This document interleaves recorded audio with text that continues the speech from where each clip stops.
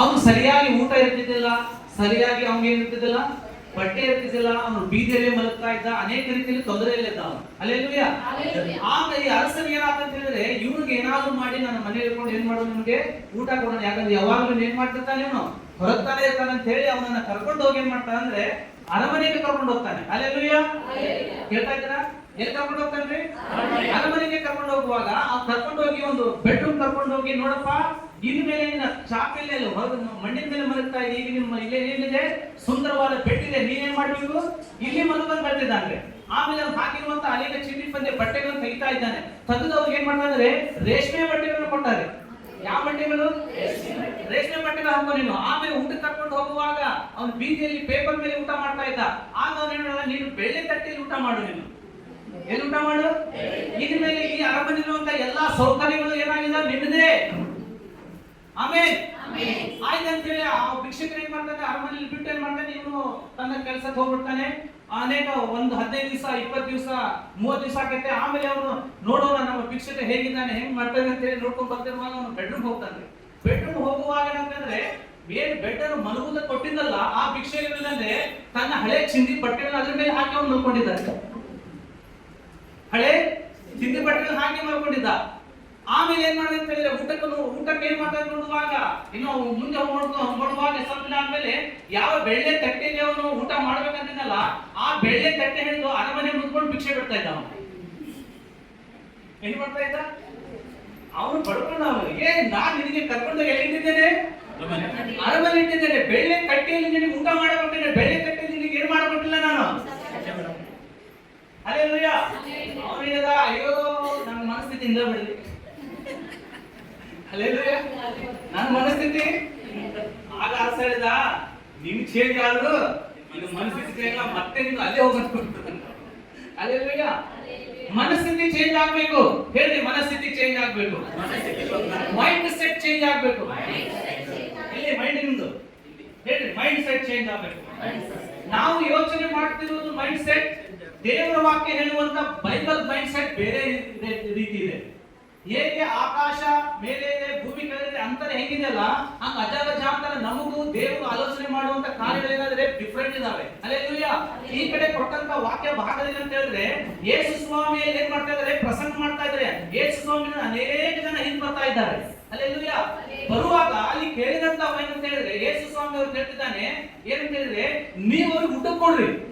ಆ ತೆಗೆದು ಓದಿದ್ರೆ ವಚನ ಓದ್ರಿ. ಆಮೇಲೆ ಶಿಷ್ಯರಿಗೆ ಕೇಳ್ತಾ ಇದ್ದಾನೆ, ಇವರಿಗೆ ನಾವ್ ಏನ್ ಮಾಡೋಣ, ಎಲ್ಲಿಂದ ರೊಟ್ಟಿ ತರೋಣ. ಅಲ್ಲೆಲ್ಲೂಯ್ಯ. ಯಾರು ಹೇಳ್ತಿದ್ದಾರೆ, ಯೇಸು ಸ್ವಾಮಿ ಶಿಷ್ಯರು ಕೇಳ್ತಾ ಇದ್ದಾರೆ. ಅಲ್ಲೆಲ್ಲೂಯ್ಯ. ಆಗ ಶಿಷ್ಯರು ಹೇಳಿದಂತ ಪ್ರಶ್ನೆ, ಇವ್ರಿಗೆ ಏನಾದ್ರು ಊಟ ಕೊಡ್ಬೇಕಂದ್ರೆ 200 ಹಣ ಬೇಕು. ಎಷ್ಟು ಹಣ ಬೇಕು? ಹೇಳಿ, 2. ಆ ಕಾಲದಲ್ಲಿ 200 ರೂಪಾಯಿ, ಈ ಕಾಲದಲ್ಲಿ 5 ಲಕ್ಷ ರೂಪಾಯಿ. ಯಾಕಂದ್ರೆ 5,000 ಜನರಿಗೆ ಊಟ ಮಾಡಿಸ್ಬೇಕಲ್ಲ, ಸ್ವಲ್ಪ ಸ್ವಲ್ಪ ಊಟ ಮಾಡ್ಬೇಕಂದ್ರೆ 200 ಹಣ, ಹೊಟ್ಟೆ ತುಂಬ ಊಟ ಮಾಡ್ಬೇಕಂದ್ರೆ. ಅದಕ್ಕೆ ಏನ್ ಮಾಡಿದ ಅಂದ್ರೆ, ಊಟ ಕೊಡಂದಾಗ ಇವನು ಲೆಕ್ಕ ಹಾಕ್ಬಿಟ್ಟ. ಕ್ಯಾಲ್ಕುಲೇಟರ್ ತಗೊಂಡಿದೆಯಲ್ಲ, ಕ್ಯಾಲ್ಕುಲೇಟರ್ ತಂದಿದ್ರೆ ಯಾರೋ ಒಬ್ರು ಕ್ಯಾಲ್ಕುಲೇಟರ್ ತಂದು ತಗಡ ಮಾಡಿ ಮೈಂಡ್ ಸೆಟ್ ಮಾಡಿ, ಹಾ ನೀವು ಊಟ ಮಾಡ್ಬೇಕಂದ್ರೆ ಎಷ್ಟು ಬೇಕು? 200 ರೂಪಾಯಿ ಬೇಕು. ಆಗ ಹೇಳುವಾಗ ಮತ್ತೆ ಇನ್ನೊಬ್ಬ ಶಿಷ್ಯ ಹೇಳ್ತಿದ್ದಾನೆ, ಇವ್ರಿಗೆ ಊಟ ಕೊಡ್ಬೇಕಂದ್ರೆ ಇಲ್ಲಿ ಹುಡುಗರ ಬಳಿಗೆ ಏನಂತ ಹೇಳಿದ್ರೆ ಸ್ವಲ್ಪ ಇದ್ದಾರೆ. ಏನಿದೆ? 2 ಮೀನು 5 ರೊಟ್ಟಿ. ಯೇಸು ಸ್ವಾಮಿ ಕೇಳಿದಂತ ಪ್ರಶ್ನೆ ಏನಂದ್ರೆ, ಇವ್ರು ಊಟ ಕೊಡುವಂತಾಗ ಇವ್ರು ಲೆಕ್ಕ ಹಾಕಿದ್ದೇನೆಂದ್ರೆ 200 ಹಣ, ನಮ್ ಕಡೆ ಇರೋದು ಸ್ವಲ್ಪ. ಹೇಳಿ, 200 ಹಣ ಸ್ವಲ್ಪ, 200 ಹಣ ಸ್ವಲ್ಪ. ಯಾರು ಹೇಳ್ತಾ ಇದ್ದಾರೋ, ಯೇಸು ಸ್ವಾಮಿ ಪ್ರಶ್ನೆ ಮಾಡ್ತಿದ್ದಾರೆ. ಆಮೇಲೆ ಮುಂದೆ ಓದುವಾಗ ಯೇಸು ಸ್ವಾಮಿ ಏನ್ ಮಾಡ್ತಾರೆ, ಆ ಹೊಟ್ಟೆಯನ್ನು ತೆಗೆದುಕೊಂಡು ಬಂದು ಏನ್ ಮಾಡಿದ್ರು, ಸ್ತೋತ್ರ ಮಾಡಿ ಅವ್ರು ಏನ್ ಮಾಡಿದ್ರೆ 5,000 ಜನರಿಗೆ ಊಟ ಮಾಡಿಸಿದ್ರು. Hallelujah, hallelujah. ಶಿಷ್ಯರ ಮೈಂಡ್ ಸೆಟ್ ಏನಾಗಿತ್ತು ಅಂತ ಹೇಳಿದ್ರೆ, ಲೆಕ್ಕ ಹಾಕೋದಾಗಿತ್ತು. ಏನಾಗಿತ್ತು? ಯಾವಾಗ ಲೆಕ್ಕ ಹಾಕಂತಾರೆ, ಜೀವ ಸ್ವರೂಪನಾಗಿರುವಂತ ಯೇಸು ಸ್ವಾಮಿ ದೇವರ ಸಂಗಡ ಇದ್ರು ಸಹ, ಅನೇಕ ಅದ್ಭುತಗಳು ಮಾಡಿದ್ರು ಸಹ, ಎಲ್ಲಾ ಕಾರ್ಯಗಳು ಮಾಡಿದ್ರು ಸಹ ಏನಾಗುತ್ತೆ ಅಂತ ಹೇಳಿದ್ರೆ, ಇವ್ರು ಇನ್ನೂ ಸಹ ಮಾಡಂತೆ, ಎಲ್ಲ ಮಾಡಲು ಶಕ್ತನಾಗಿದ್ದಾನೆ, ಎಲ್ಲಾ ದೇವರು ಮಾಡಲು ಅದ್ಭುತನಾಗಿದ್ದಾನೆ ಇವ್ರು ನಂಬಲಿಲ್ಲ. ಇವ್ರು ಏನೋ ಮಾಡಿ ಈ ಲೋಕದ ಪ್ರಕಾರ ಇಷ್ಟ ಆಗ್ತದೆ ಅಂತ ಹೇಳಿ ಇವ್ರ ಮೈಂಡ್ ಸೆಟ್ ಇವ್ರು ಭೂಲೋಕದಲ್ಲೇ ಇದೆ. ಅಲ್ಲೆಲ್ಲೂಯ್ಯ. ಆಗ ಯೇಸು ಸ್ವಾಮಿ 2 ಮೀನು 5 ರೊಟ್ಟಿಯನ್ನು ತಗೊಂಡು, ಯೋಹಾನ ಪುಸ್ತಕದಲ್ಲಿ ಬರೆಯಲ್ಪಟ್ಟಿದ, ಲೂಕನ ಪುಸ್ತಕದಲ್ಲಿ ಬರೆಯಲ್ಪಟ್ಟಿದೆ, ರೊಟ್ಟಿಯನ್ನ ತೆಗೆದುಕೊಂಡು ಆಕಾಶದ ಕಡೆಗೆ ನೋಡಿ. ಯಾವ ಕಡೆ? ಯಾವ ಕಡೆ?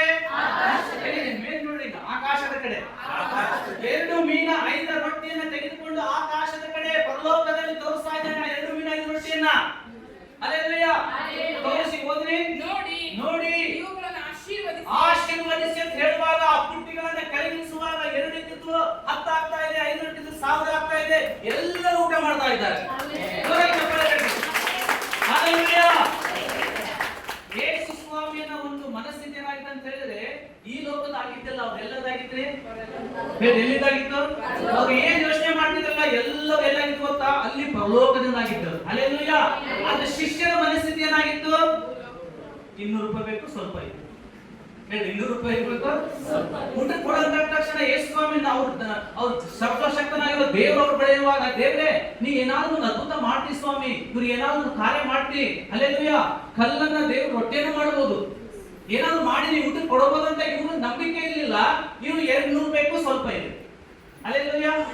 ಇವರ ಮನಸ್ಥಿತಿ ಭೂಲೋಕದಾಗಿತ್ತು, ದೇವರ ಮನಸ್ಥಿತಿ ಏನಾಗಿತ್ತು ಅಂದ್ರೆ ಪರಲೋಕವಾಗಿತ್ತು. ಹಲ್ಲೆಲೂಯಾ. ಎಲ್ಲರಿ ಶಿಷ್ಯರ ಮನಸ್ಥಿತಿ ಭೂಲೋಕದಾಗಿತ್ತು, ದೇವರ ಮನಸ್ಥಿತಿ ಪರಲೋಕದಿಂದ ಆಗಿತ್ತು. ಹಲ್ಲೆಲೂಯಾ.